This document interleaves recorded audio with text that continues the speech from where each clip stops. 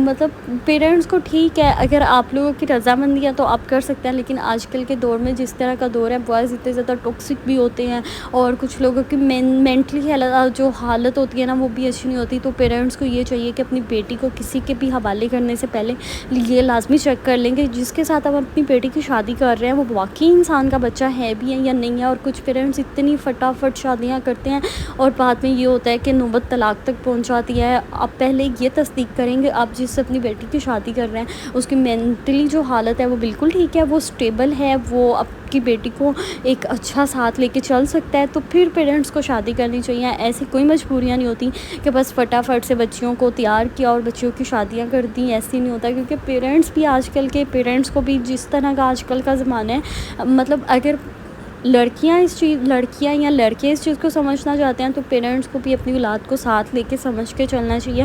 اور جو گرلز ان میریڈ ہیں, بہت سی لڑکیاں ایسی ہوں گی ان میریڈ جو ٹاکسک ریلیشن شپ میں ہوں گی.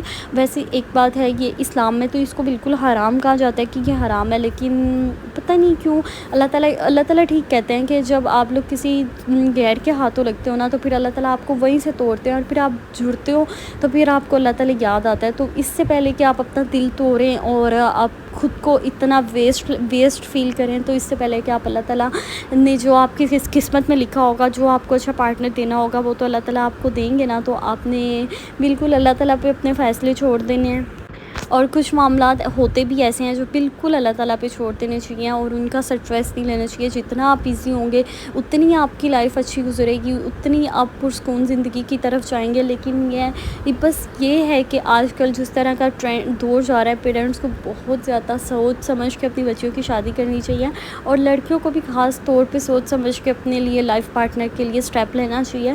تو کیونکہ آئی تھنک کہ آج کل کے دور میں نا یہ بہت مشکل ہو گئی ہے, یہ چیز یہ بہت زیادہ مشکل ہو گئی ہوئی ہے بچیوں کی شادیاں کرنا. یا مطلب آج کل اتنی زیادہ ڈائیورس اتنی زیادہ عام ہے نا, چھوٹی چھوٹی بات پہ ڈائیورس, چھوٹی چھوٹی بات پہ یہ چیزیں چل رہی ہوتی ہیں.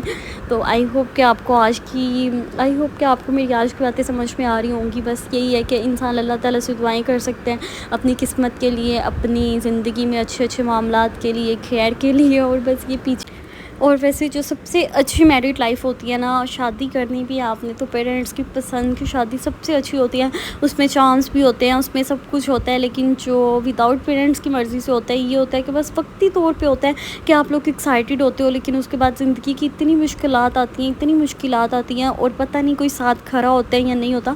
لیکن یہ ہوتا ہے جب آپ اپنے پیرنٹس کی پسند کی شادی کرتے ہو, آپ کو پتہ ہوتا ہے بھائی کل کو ہمارے ساتھ کچھ بھی ہوگا, ہمارے پیرنٹس ہمارے ساتھ کھڑے ہوں گے, ہمارا ساتھ دیں گے. ہمارے پیرنٹس نہیں ہیں تو, اور اگر ہمارے پیرنٹس نہیں ہیں تو پھر بھائی ساتھ دے سکتے ہیں. اور اس لیے یہ جو معاملات ہوتے ہیں یہ اتنے نازک ہوتے ہیں, اور ہر کسی کی ایسی لائف نہیں ہوتی جیسے سوشل میڈیا پہ لائف دیکھی جاتی ہے نا. سب کی لائف میں بہت بلنڈرز ہوتے ہیں, اور جو لائف کی پرابلمز ہوتی ہیں وہ سب کی لائف میں ہوتی ہیں. بس ہر انسان کی اپنی مرضی ہوتی ہے, کچھ لوگ اس کو لائٹ لیتے ہیں, کچھ اس کو سیریس لے لیتے ہیں. لیکن یہ ہے کہ لائف اتنی آسان نہیں ہوتی جتنی انسان کو لگتا ہے کہ زندگی آسان ہے, اتنی نہیں ہوتی. تو بس اپنی زندگی کو آسان بنانا چاہیے مشکلات سے, پریشانیوں سے بچنے کے لیے. مطلب بس ہر وقت دعا کر سکتے ہیں. اس کے بعد کیونکہ آج کل مجھے لگ رہا تھا آج کل کا ٹرینڈ ایسا ہے کہ ہر کوئی اسٹریس میں ہے, ہر کوئی اس وجہ سے اسٹریس میں ہوتا ہے کہ پیرنٹس بھی کہیں نہ کہیں اسٹریس دے رہے ہوتے ہیں کہ تمہاری شادی نہیں ہو رہی, تمہاری ایج اتنی ہو گیا ہے, یہ ہو گیا ہے, وہ ہو گیا ہے. مطلب ہر کام میں اللہ تعالیٰ کی بہتری ہوتی ہے. جب اللہ تعالیٰ نے آپ کی قسمت لکھی ہوئی ہے, آپ کی خود بخود شادی بھی ہو جانی ہے, سب کچھ ہو جانا ہے. آج کی ساری ویڈیو اسی ٹاپک پہ ہوگی. اچھا جی, یہاں پہ تھوڑا سا قیمہ میں نے ایکسٹرا نکال لیا تھا, میں نے سوچا کہ اس کا ہم بریک فاسٹ میں یوز کر لیں گے. کیونکہ جو میرا فیوریٹ میل ہوتا ہے نا ڈے کا, وہ یہی ہوتا ہے کہ مجھے بریک فاسٹ کرنا اتنا پسند ہے. اور مجھے یہی ہوتا ہے کہ مجھے سارا دن آپ کچھ بھی نہ دو کھانے کو, بس مجھے صبح ناشتے میں کھانے پینے کے لیے دے دو, اور میں بس اسی میں ایکسائٹیڈ ہو جاتی ہوں. اور آپ لوگ مجھے بتانا آپ لوگ کس طرح سے بناتے ہو یہ والا پلاؤ, کیونکہ میں نے تو پہلے کبھی بھی نہیں بنایا, میں فرسٹ ٹائم بنا رہی تھی. لیکن مجھے یہ لگ رہا تھا کہ کافی زیادہ ہیلدی بنتا ہے, اور آپ لوگ اپنے بچوں کو بھی دے سکتے ہو, چھوٹے بچے, کیونکہ کچھ نہیں کھاتے آج کل بچے بھی ایسے ہوئے بھی ہیں کہ ان کو کھلانا مشکل ہو جاتا ہے. تو آپ لوگ ان کو یہ بنا کے دے سکتے ہو. ایک تو یہ کافی زیادہ ہیلدی بھی ہو جاتا ہے, دوسرا یہ کہ اچھا آپشن ہے. اس میں پروٹین بھی آ جاتا ہے, کاربس بھی آ جاتے ہیں, تو آپ لوگ اس کو ایزی ہو کے کھا سکتے ہو.